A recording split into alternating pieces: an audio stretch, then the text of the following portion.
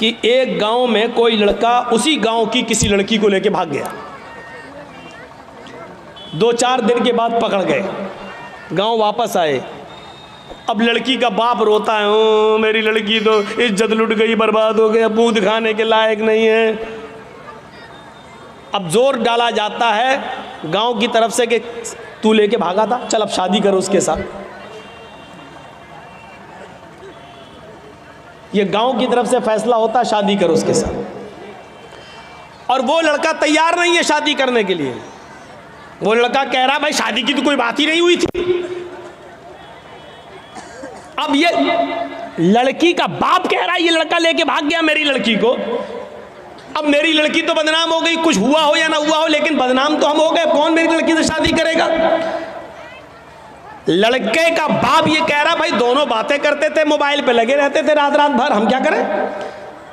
लड़का कह रहा हम शादी क्यों करें, शादी की कोई बात ही नहीं हुई है इससे हमारी। ठीक है हम भगा के ले गए तो तुम्हारे घर थोड़ी घुस के ले गए थे, हम फोन पे बात हुई फला जगह तुम आ जाओ, हम भी फला जगह चल रहे हैं, मोटरसाइकिल लेके आ जाएंगे। हम वहां मौजूद थे, ये आ गई, हम लेके भाग गए। अब गांव में जो सरपंच होते, मुखिया लोग, सुनो, अगर यहां पर भी ऐसा होता है तो सुन ले इस गांव का मुखिया और सरदार, कयामत के दिन तुम्हें भी गवाही देना पड़ेगी और अल्लाह के सामने तुम्हें भी जवाब देना पड़ेगा।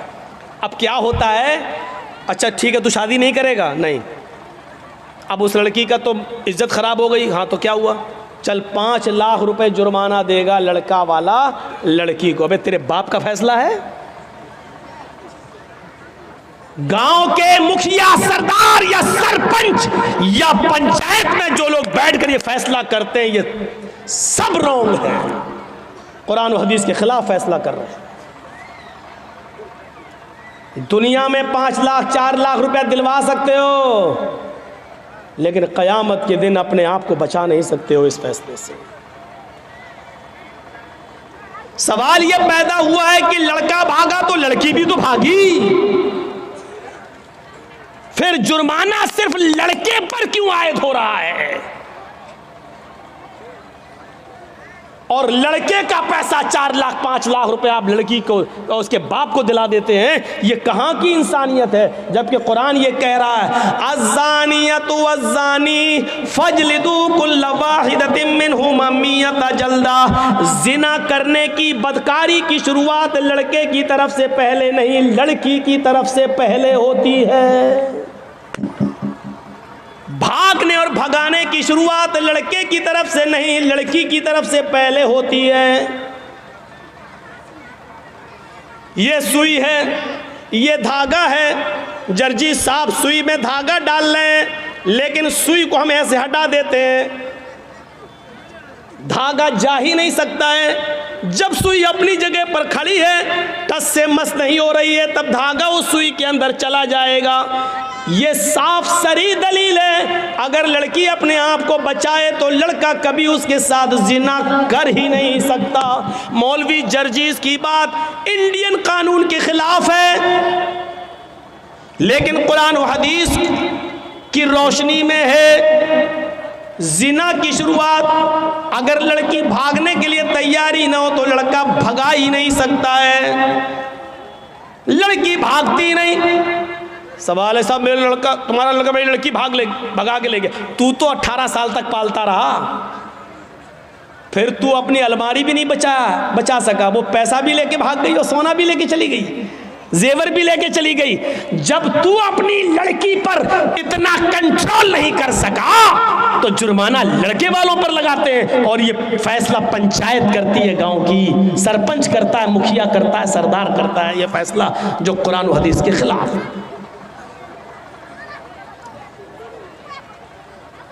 शादी हो सकती है या नहीं वो एक अलग मसला है, वो अलग जाने दीजिए। सवाल यह है क्या जुर्माना लड़के के ऊपर आयद होगा, जबकि भागने में दोनों ने बराबर की भागीदारी ली है। कोई लड़का जबरदस्ती घर में घुसकर लेकर तो नहीं गया था, आपकी लड़की भी घर से निकली, लड़का भी निकला, दोनों निकले, 1 हफ्ता गायब रहे, फिर आए।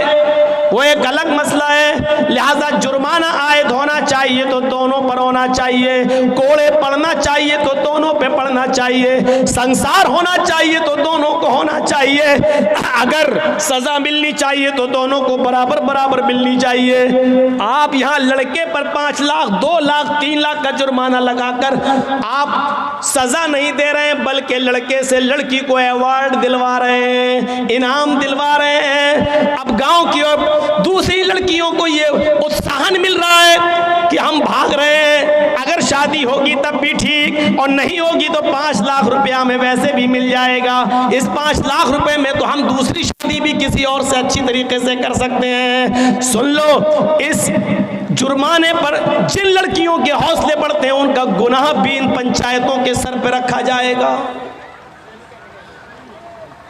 वला यजरिमन्नकुम शनानु कौमिन अला अल्ला तादिलू, किसी कौम की दुश्मनी तुम्हें इस बात पर मजबूर न कर दे कि तुम अदल न करो, फैसला न करो, ऐसा नहीं होना चाहिए। ए दिलो हुआ अक़रबु लित्तक़वा, हर हाल में इंसाफ करना, हर हाल में सच्ची बात कहना, चाहे वो किसी के भी खिलाफ हो। हजरत अली रजी अल्लाह ताला अन्हु की एक ज़िरा क्या होती है आपको बताऊं? ज़िरा होती है, जंग में जब लड़ा जाता था तो एक लोहे की कमीज़ की तरह या कुर्ते की तरह एक वो होता था, वो अपने गले में डाल लिया जाता था ताकि दुश्मन का तीर सीने में न लगे, उस लोहे पर लग जाए। तीर आए, खंजर आए, तलवार आए तो वो लोहे पर लगे, तो उसको बोलते थे ज़िरा। तो जंग में जाते थे तो ज़िरा पहन लेते थे साहबा। हज़रत अली की भी एक ज़िरा थी जो घर के बाहर रखी हुई थी। हज़रत अली अंदर चले गए, ज़िरा बाहर रखी रही, जब घर से बाहर आए तो ज़िरा गायब हो गई। पानी है?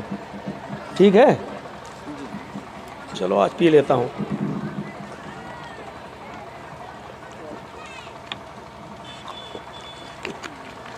वो ज़िरा गायब हो जाती है। और सुनिए, 6 महीने के बाद वो ज़िरा एक यहूदी के पास नजर आती है। आहा, सुनते रहिए मेरे भाइयों, बड़ा ज़बरदस्त मसला। किसके पास? एक यहूदी के पास नजर आती है वो ज़िरा। हज़रत अली ने उस यहूदी से कहा, ये ज़िरा मेरी है। और हज़रत अली कौन है? अमीरुल मोमिनीन समझ रहे हो ना? उसको समझाने के लिए बोल दूं, चीफ मिनिस्टर, अमीरुल मोमिनीन है, पूरे इलाके के जिम्मेदार हैं। यहूदी से कहते हैं, यहूदी ये ज़िरा तो मेरी है, तेरे पास कहाँ से आई? उसने मुस्कुराते हुए कहा, अच्छा नियत ख़राब कर रहे हो मेरी ज़िरा पर, ये तो मेरे पास बहुत दिनों से है। हज़रत अली ने कहा, तुम पंगा ले रहे हो, तुम्हें अच्छी तरीके से मालूम है कि ये ज़िरा मेरी है। उस यहूदी ने कहा, आप झूठ बोल रहे हैं। लीजिए, किससे कहा जा रहा है? हज़रत अली से। आप झूठ बोल रहे हैं, ये ज़िरा आपकी नहीं मेरी है। हज़रत अली ने कहा, मैं तुम्हारे खिलाफ मुकदमा दायर करूंगा अदालत में। चाहते तो चीफ मिनिस्टर थे, अपने लोगों को भेजकर वो ज़िरा ले सकते थे, लेकिन नहीं। यूपी के बाबा की तरह थोड़ी थे कि खुद अदालत बन गई। जिन लोगों ने नुकसान किया है और सरकारी संपत्तियों को तोड़ा है, फोड़ा है, उनके ऊपर जुर्माना लगा दिया। अरे जुर्माना अदालतें लगाती हैं, मुख्यमंत्री थोड़ी लगाता है। तब सुप्रीम कोर्ट ने जूता उतार के मारा खोपड़ी पर। अब बाल तो है नहीं, कहाँ लगा होगा वो जूता, अल्लाह बेहतर जाने। ऐसा जूता लगा, अकल ठिकाने आ गई, अकल ठिकाने। आप देख रहे हैं ना, जहां इस वक्त नेता लोग जा रहे हैं कमल वाले, वह मार खा रहे हैं, भगाए जा रहे हैं। चौकीदार जहां जा रहा भीड़ नहीं हो रही है, लेकिन जैसे ही 7वां चढ़ा आज खत्म हुआ, कुत्ते कैसे भौंकने लगे। कुत्ते, हम उनको कुत्ता कह रहे हैं जो हड्डियों पे पलते हैं। कुत्ते कैसे भौंक रहे हैं, आएगा तो बाबा ही 300 पार 300 पार 300 पार। देख रहे हैं कैसा माइंड सेटअप कर दिया, किस तरीके से भौंकना शुरू कर दिया। बड़ी गंदी सियासत हो चुकी है इस वक्त। धर्म एक तरफ है, इस वक्त बाबा भी ईमानदारी के साथ रामायण और गीता पे अमल करता हुआ सिर्फ धर्म के आधार पर भी अगर चल दे तो मेरे भाइयों उसको कायदे से इस्तीफा दे देना चाहिए। अगर वाकई वो सच्चा हिंदू है तो, और हिंदू धर्म का सम्मान करता है तो उसको कायदे से इस्तीफा दे देना चाहिए, क्योंकि हिंदू धर्म बेईमानी नहीं सिखलाता है। हिंदू धर्म अदल और इंसाफ की बात करता है। ये तो धर्म की आड़ में बहरूपिये बने बैठे हैं, बहरूपिये, ये धर्म की आड़ में लुटेरे बने बैठे हैं सब लोग। इस हिस्से को कोई भी यूट्यूब चैनल वाला देगा नहीं। जो हम बोले हैं अभी ये बात, अगर मैंने कहीं भी देख लिया उसको ऐसी स्टेज से नाम लेके भगाऊंगा, क्योंकि हमारी नज़र है सब पर। उसको घुसने नहीं दूंगा फिर अपने जलसे में, नाम लेके भगाऊंगा उसको।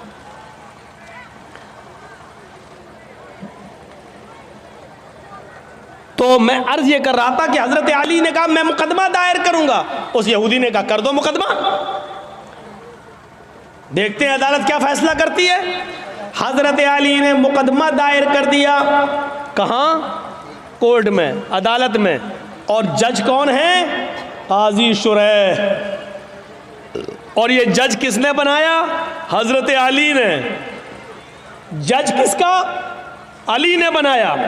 लेकिन जज बना जरूर रहे हजरत अली, लेकिन जज ने ये नहीं देखा कि मुझे जज बनाया किसने। जज का मतलब ये होता है कि मुझे अदल और इंसाफ को कायम रखना है। कुरान की आयत के पेश नजर के वला यजरिमन्नकुम शनानु कौमिन अला अन ला तादिलु इदिलु हुवा अक़रबु लित्तक़वा। कभी किसी कौम की दुश्मनी तुम्हें गलत फैसला करने पर मजबूर न कर दे, सही फैसला करना, चाहे वो किसी के खिलाफ। उस यहूदी के पास नोटिस पहुंचा कि तुम्हें भी आना है। हजरत अली और यहूदी दोनों एक ही दिन पहुंचते हैं काजी शुरैह की अदालत में। काजी शुरैह की अदालत में ये ऐसा जज नहीं था जो हमारा चौकीदार बना देता है, इसलिए बाबरी मस्जिद का फैसला उनके पक्ष में चला जाता है, क्योंकि हमने आपका नमक खाया है तो नमक हलाली तो करना ही है। ये सिस्टम नहीं था वहाँ। हजरत अली रजी अल्लाह ताला अन्हु भी कोर्ट में मौजूद है, एक कटघरे में खड़े हैं, यहूदी भी दूसरे कटघरे में खड़ा है। पूछा है अली मुकदमा आपने दायर किया, बताओ क्या प्रॉब्लम है? कहा इस यहूदी के पास एक ज़िरा है, वो ज़िरा मेरी है, और यहूदी कहता है कि वो ज़िरा मेरी है, लिहाजा इस यहूदी से वो ज़िरा मुझे दिलवाई जाए। काजी साहब ने कहा है यहूदी, हजरत अली कह रहे हैं कि वो ज़िरा मेरी है, तुम इसके बारे में क्या कहना चाहते हो? उस यहूदी ने कहा हजरत अली झूठ बोल रहे हैं, ज़िरा मेरी है, इस वक्त मेरे पास है, मैं अदालत के बाहर रख कर आया हूं। काजी ने हजरत अली से कहा अली ये शख्स कह रहा वो ज़िरा मेरी है, तुम कह रहे हो वो मेरी है, अभी ज़िरा तो इस यहूदी के पास ही रहेगी, क्योंकि उसका मालिक वो है, भी उसके पास है। लेकिन मुझे ये बताओ कि अगर वो ज़िरा तुम्हारी है तो तुम्हारे पास कोई गवाह है या नहीं? उस गवाह को बुलाओ, मैं उससे पूछूं उस ज़िरा में क्या क्या तुमने देखा है और किस बुनियाद पर कहते हो कि वो अली की ज़िरा है। हजरत अली ने कहा हाँ गवाह है। कहा कौन? कहा है। कहा उस गवाह को बुलाओ। जब गवाह को बुलाया गया तो वो गवाह हजरत अली के बेटे हजरत हसन थे। वो कटघरे में खड़े हुए और गवाही देने लगे, अरे काजी साहब ये मेरे अब्बू की ज़िरा है और मैं ज़िरा को अच्छी तरह पहचानता हूँ, मेरे बाप कभी झूठ नहीं बोले हैं, लिहाजा ये ज़िरा मेरे अब्बू की है, मैं गवाही देता हूँ इस ज़िरा को यहूदी से लेकर मेरे बाप को दिलवाया जाए। काजी साहब का फैसला सुनिए, काजी साहब का फैसला सुनिए। काजी साहब कहते हैं अमीरुल मोमिनीन से, आए अली जी आपकी गवाही आपके बेटे ने दी और शरीयत बाप के हक में बेटे की गवाही मोतबर नहीं मानती है। शरीयत कहती है, कुरान और हदीस कहती है, बाप की गवाही अगर बेटा दे तो उस गवाही को नहीं माना जाएगा, क्योंकि बेटा अपने बाप के खिलाफ बोलता ही नहीं है, वो अपने बाप की हिमायती में बोलता है। लिहाजा कोई दूसरा गवाह लाओ, आपके बेटे की गवाही शरीयत के मुताबिक कबूल नहीं। हजरत अली ने कहा एक दूसरा गवाह भी है मेरे पास। अपने गुलाम को बुलाया। जब गुलाम कटघरे में आता है, हजरत अली ने कहा ये मेरा गवाह है। गुलाम ने गवाही दी कि ये ज़िरा अली की है, हमारे आका की है। हजरत जज साहब ने पूछा काजी साहब ने कि तुम कौन हो? कहा मैं इनका गुलाम हूँ। फरमाया कंबर नाम है मेरा, मैं इनका गुलाम हूँ। कहा है अली, शरीयत कहती है मालिक के हक में गुलाम की गवाही भी कबूल नहीं की जाती है, क्योंकि गुलाम अपने आका के खिलाफ, अपने मालिक के खिलाफ बोलता ही नहीं है। उसके ऊपर अपने मालिक का प्रेशर होता है। वो जानता है कि अगर अपने मालिक के फेवर में नहीं बोला तो घर मार खाएंगे, हमें मारा जाएगा, सताया जाएगा। लिहाजा मालिक के हक में गुलाम की गवाही भी कबूल नहीं। ऐ अली, मुअज़्ज़रत के साथ आपकी गुलाम की गवाही भी कबूल नहीं की जाएगी। कोई और गवाह हो तो लाओ। हजरत अली ने कटघरे में खड़े होकर कहा, आए साहब, काजी साहब, इन दो गवाहियों के अलावा मेरे पास और कोई गवाही नहीं है। आजकल तो 100-100 रुपए में झूठे गवाह मिल जाते हैं। मेरे पास और कोई गवाही नहीं है।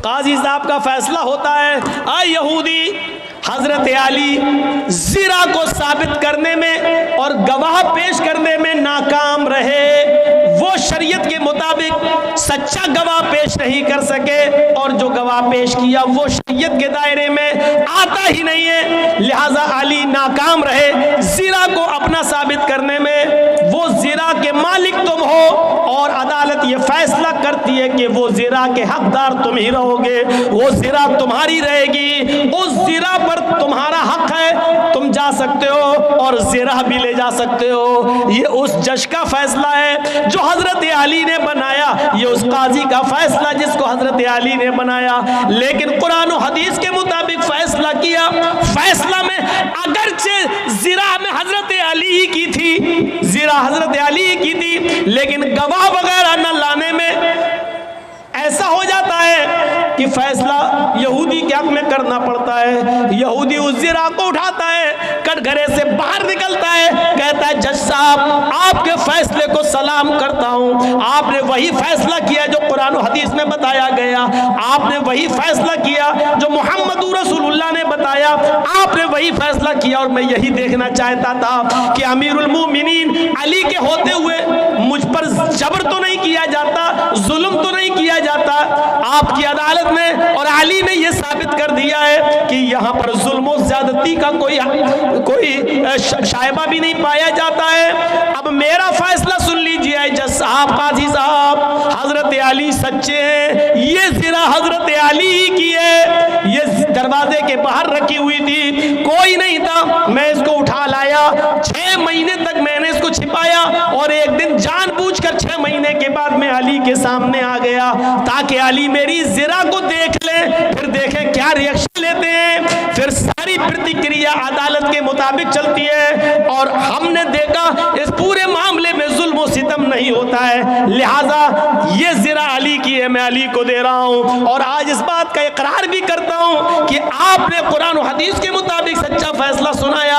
आज इस्लाम से मैं भी अपना रिश्ता जोड़ रहा हूँ। अशहदु अल्ला इलाहा इल्लल्लाह व अशहदु अन्ना मुहम्मदन अब्दुहु व रसूलुहु, ये कलमा पढ़कर हजरत अली इस्लाम के सामने वो यहूदी इस्लाम ले आता है। यहां से आप अंदाजा लगाइए कि हजरत अली के खिलाफ फैसला हो रहा है। हजरत अली के खिलाफ फैसला हो रहा है तो किसी की दुश्मनी तुम्हें इस बात पर मजबूर न कर दे कि तुम उसके साथ नाइंसाफ़ी करो। नाइंसाफ़ी नहीं होनी चाहिए। अमर इब्न आस के लड़के ने मुल्क के शाम के अंदर एक यहूदी बच्चे को इस बात पर थप्पड़ मार दिया था। कोई बात